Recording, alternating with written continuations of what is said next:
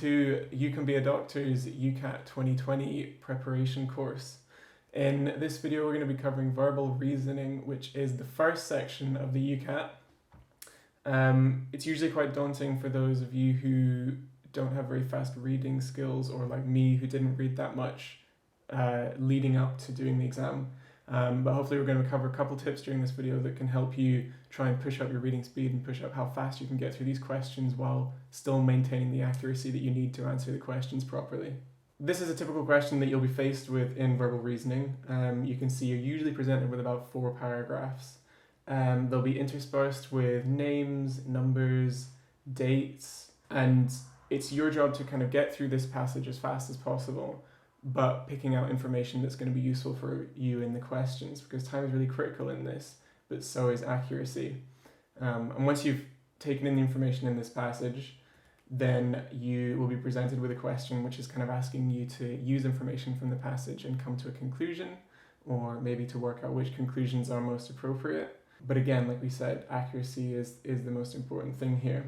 So a couple of tips to get you started. Again, like we said, reading closely. You don't have the time to go through every kind of word meticulously in the passages. So what we advise is to skim read and pick out useful keywords. Keywords are words that only come up once. They're usually names or numbers. And what they do is they help you to snap back to a relevant part of the passage if you read that keyword in a question. What is also helpful is to try and summarize each paragraph, which can be a little bit difficult without getting into it, but it's just useful to get a general idea of what's being said throughout the passage and in each paragraph, in addition to having your keywords.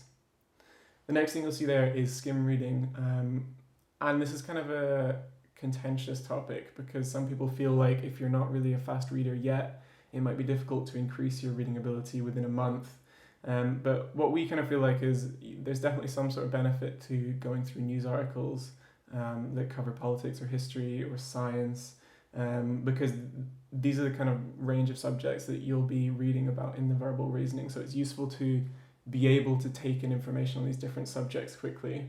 And the other side of doing this practice, if you're reading about kind of medical issues, is that when it comes time to your medical school interviews, you'll be kind of a wee bit more up to date on what's happening in the medical world. So it's a little bit of preparation for interviews after the UCAT. But if you feel like your reading speed is really low, I would advise maybe not stressing too much about trying to increase this, because hopefully some of the other tactics can help you get through these questions faster than just trying to force yourself to practice reading faster. One of those things is to look at the passage in front of you and decide whether it's going to take a long time to get through all the information in there, because some of the passages, and you'll see in the examples that we do, are really dense with information. They've got loads of numbers, loads of names of species or things like that. So you can just move those to the side and go on to the next question, and maybe the next question will be less information dense. Maybe it'll have some questions that are faster to get through. And then once you've done all those quick questions, you can go back to the start and go through the passages which were a bit more dense with information. And that's something that will come up across every section in this, is triaging questions that aren't going to be worth your time. So a couple things to look out for then. The first is words in the question such as not, or always, or the main reason. Words like this are thrown in to try and make sure that you're reading the question carefully, because if you don't see main reason, then you might choose an answer that isn't the main reason for something. Or if you don't see the word not, you can waste a load of time looking for something that somebody has done in the passage when the question is actually asking you what they haven't done. So be really careful and make sure you've carefully read the question before you start jumping back between the passage and the questions. Then finally, a lot of these topics that you'll cover in the passages are on subjects that you have no idea about. Do not be scared by that. All of the questions should be answered based on information that you find in the passage. And it will give you wrong answers if you start using knowledge that you have about biology or about history when you're answering these questions. So only use information you find in the passages. So we'll just go back to the first example. This is the passage that I gave you at the start to kind of show you an introduction to the section. What I want you to do now is to go through this passage and see if you can summarize the content of each paragraph, and also see if you can pick out keywords that are going to be useful in any questions that come up.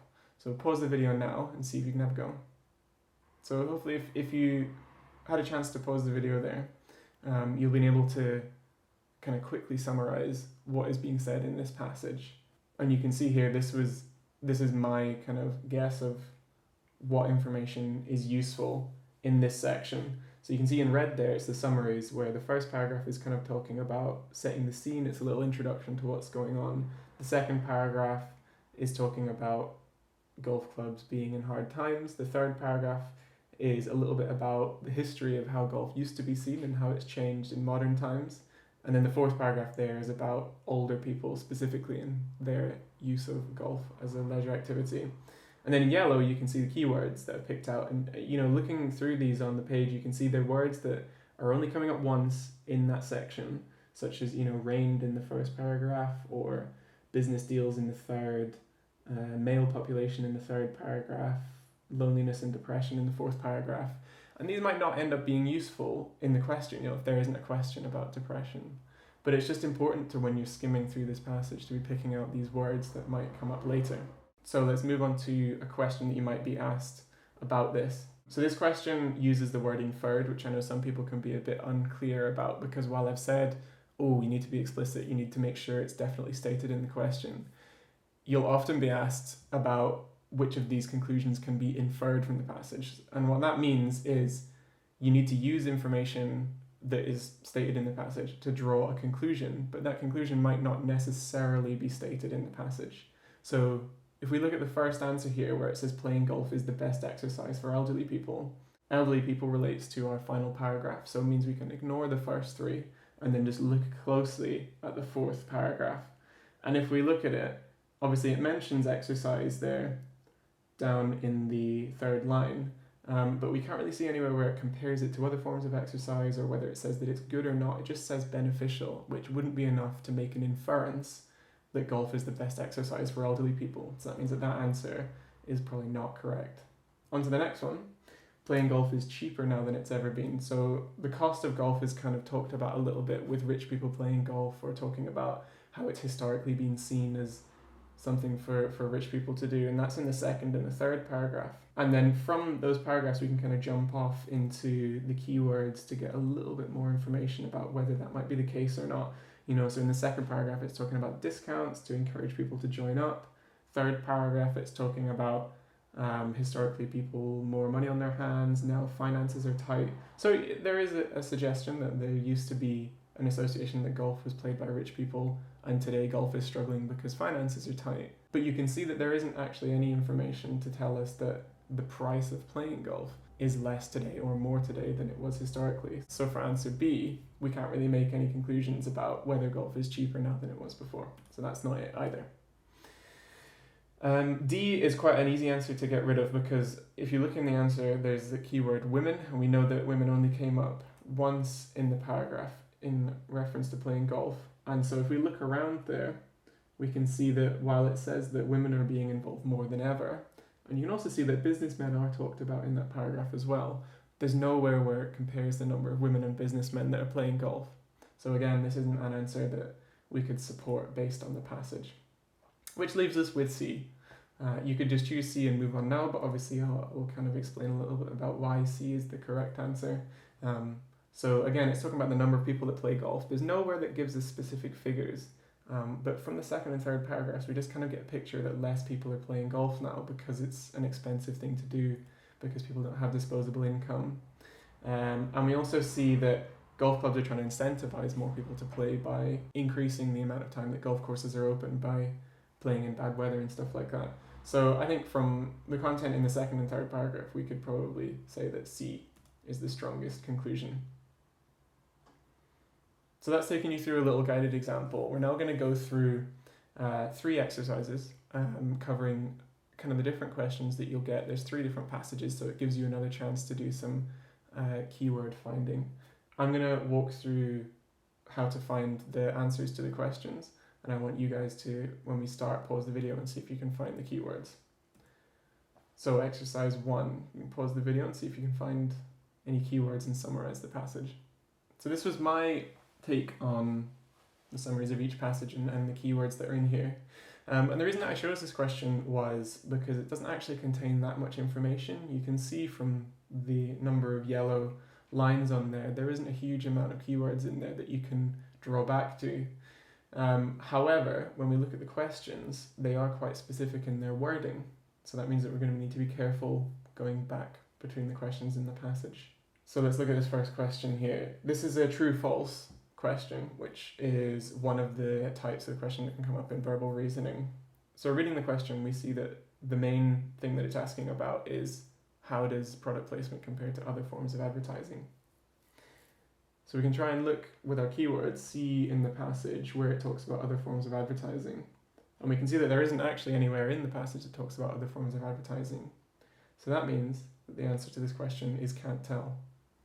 So these questions can be quite tricky because the can't tell option is there, which kind of is an extension of false, because usually the questions will make a statement and you'll be looking in the passage to find justifications for it. So don't be tempted to jump straight to false, because we don't have enough information in this passage to tell us whether it's true or false.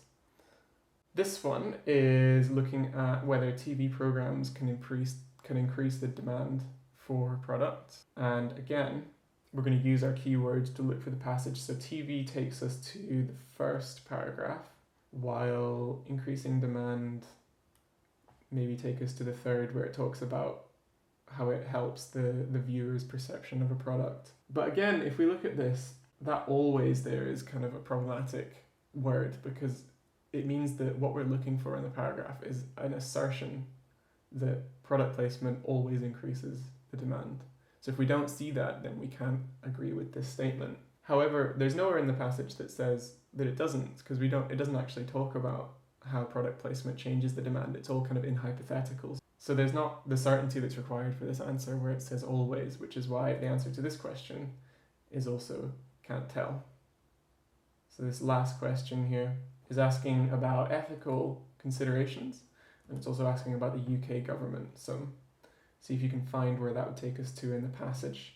And both lead us into the fourth paragraph, which is nice. You can ignore the first three.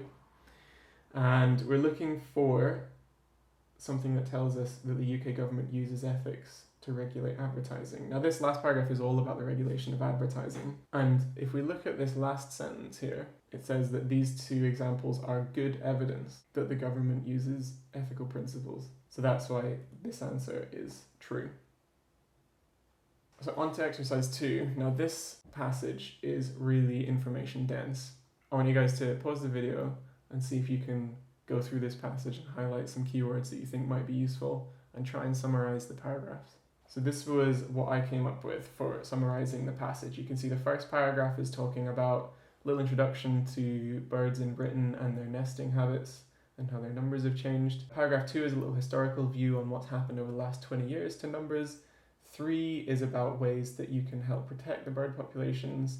And then 4 is just talking about birds that aren't declining in number. It's a little hashtag not all birds. Then if you can see the keywords there, it looks quite horrible. It's loads of hundreds of millions, there's some dates, there's species names. So it could be quite challenging to get a good picture of what's going on in this passage quickly, which might mean that you would guess some answers for this question and then move on to the passage after it and then come back to this one at the end.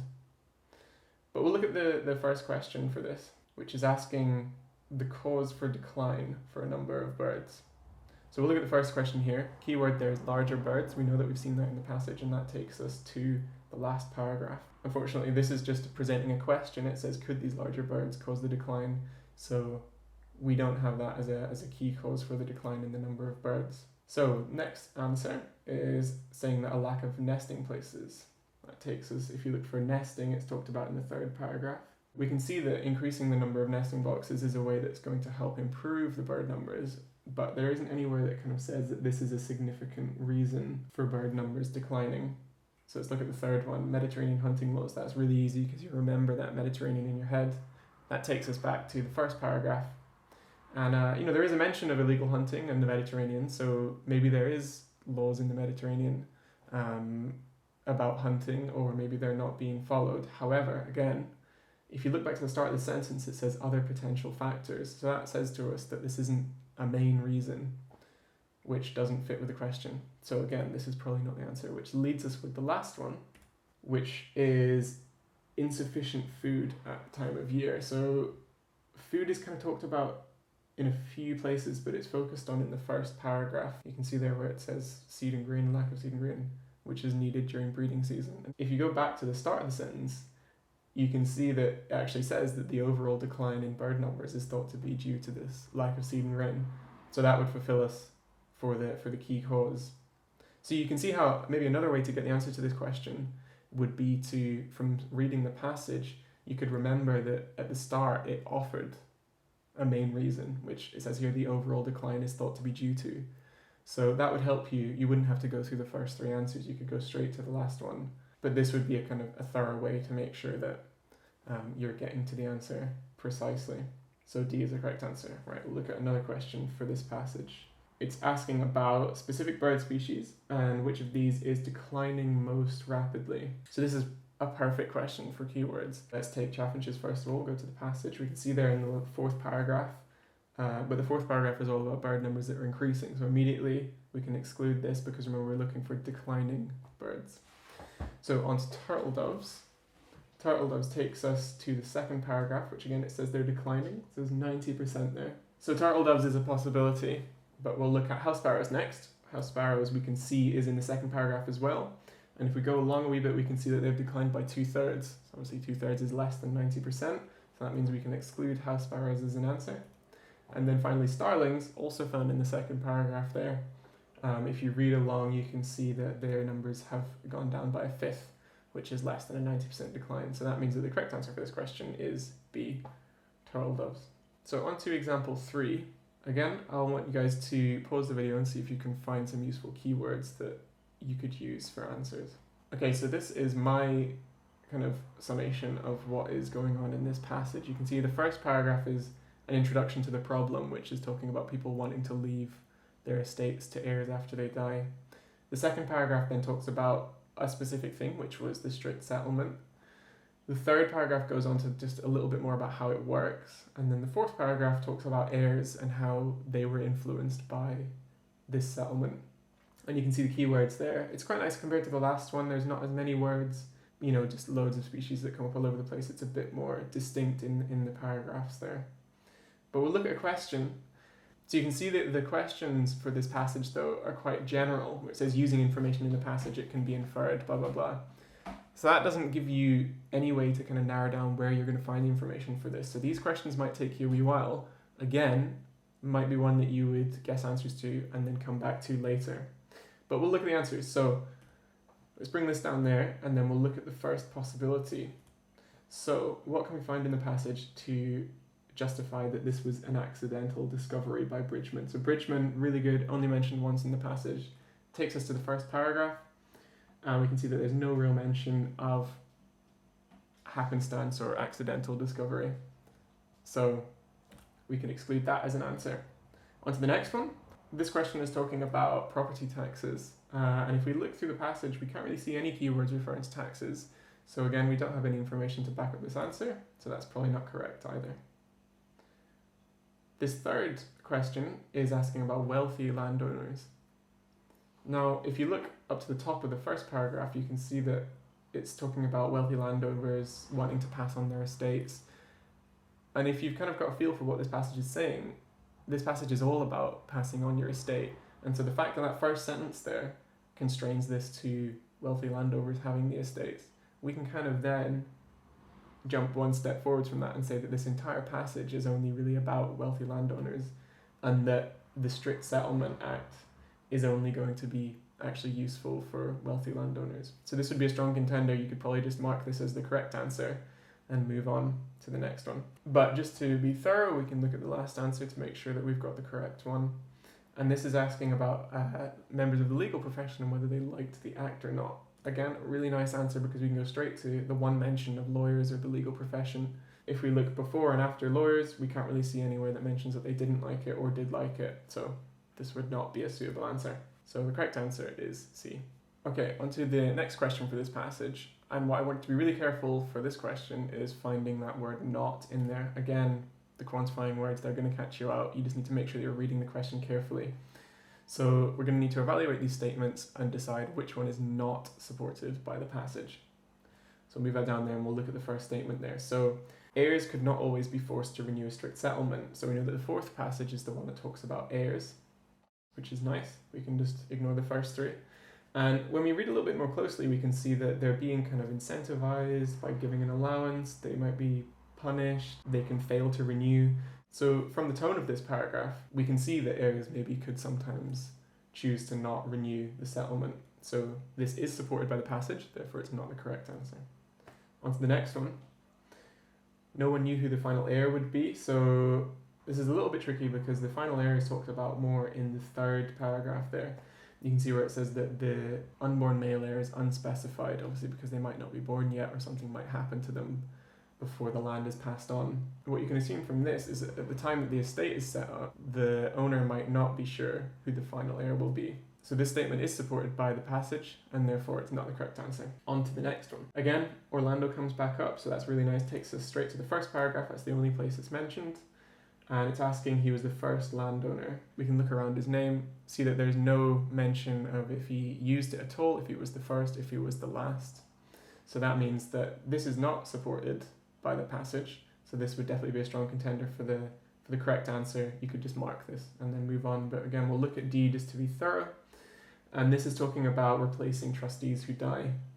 This is a little bit tricky to find kind of direct information to back this up in the passage, but again, this just comes down to kind of feeling out the tone of what is going on in this third and fourth paragraph here. Because you can see that it talks about renewing the estate and settlements ending after a lifetime, an unborn male heir and unspecified. And so from this, I think it's fair to make a conclusion that sometimes before an estate would have passed on, it would need to be reworked because an heir had died. So C is the correct answer, as we said. So that's the end of the exercises. I hope that's given you a kind of feel for how we would approach the verbal reasoning questions in the UCAT. It certainly can be quite a daunting section for you, but hopefully after a bit of practice, you'll be able to put these little tips into practice, and that'll mean that you can get through the passages that are going to be most beneficial for you to get the most marks as fast as possible. So that's the first thing that I want to touch on in this recap, is triaging is really important here. You don't have a lot of time per question, and you need to try and get through the passages as fast as possible, so don't get bogged down in really dense passages. Then find your keywords. That's going to help you when you're coming back from your answers, and it's going to help you look at only the relevant parts of the passage. Be precise and make sure that you don't get caught out by words like not, always, or most often. Make sure you know what you're looking for in the question before you start comparing the passage to your answers. Practice skim reading at home. Obviously this can be divisive for some people, it might not be worth the time, but it's worth bearing in mind that keeping up to date on medical sciences by doing this practice will also help you in your interviews in the wintertime. Don't worry about not having a lot of knowledge about a certain subject. In fact, you should try to avoid using outside knowledge when you're answering these questions, because you should only be answering these questions based on knowledge that you have from the passage. And then finally, this is going to be the first section of the UCAT, and so you're likely to be really nervous when you're doing this. Obviously, that's something to prepare for, but it's also something to know that you might be able to concentrate more than you can in practice, or you might read faster than you can in practice. So just understand that the setting that you're going to be doing these questions in. Thank you guys for watching. Hopefully you found this video helpful, and you might find some of the other videos that we've made on the sections helpful. And good luck with the rest of your preparation. And if you do have any questions based on the stuff we've talked about today, then you can get in touch with us on any of our socials or on our email, and we'll be happy to try and help you out where we can.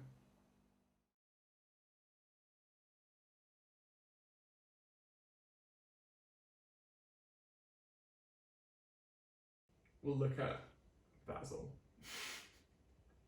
Do you want me to go and do something with him? Me?